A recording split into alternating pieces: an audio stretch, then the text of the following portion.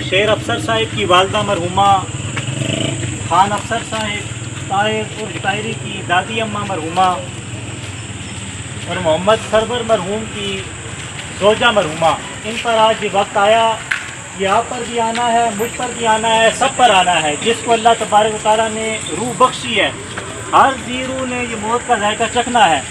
لیکن مرنے سے پہلے ہمیں روزانہ یہ نماز جنازہ اور لوگوں کا دنیا سے جانا ہمیں یہ پیغام دیتا ہے کہ ہم مرنے سے پہلے اپنی موت کی تیاری کر لیں۔ اللہ تبارک و تعالیٰ ہمیں موت سے پہلے موت کی تیاری کی توفیق عطا فرمائے۔ مرحومہ خوش قسمت تھیں، اللہ تبارک و تعالیٰ نے انہوں نے کافی ٹائم بیماری میں کاٹا، کافی ٹائم بیمار رہیں۔ حضور پاک صلی اللہ علیہ وسلم کی حدیث مبارک کے مطابق جب بندہ بیمار ہو جاتا ہے تو اس سے گناہ ایسے جڑتے ہیں جیسے خزاں میں پتے جڑتے ہیں درختوں سے۔ اللہ تعالیٰ گناہوں سے پاک کرنے کا بہانہ بنا لیتا ہے۔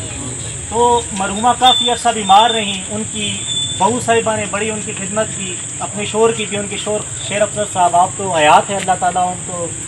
صحت و سلامتی دے، زندگی دے، اور اللہ ان کی خدمت کو قبول و منظور فرمائے۔ مائی صاحبہ حرمین شریفین کی حاضری سے بھی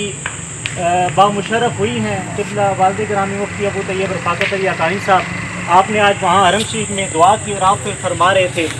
کہ مائی صاحبہ نے حرمین شریفین کی سعادت حاصل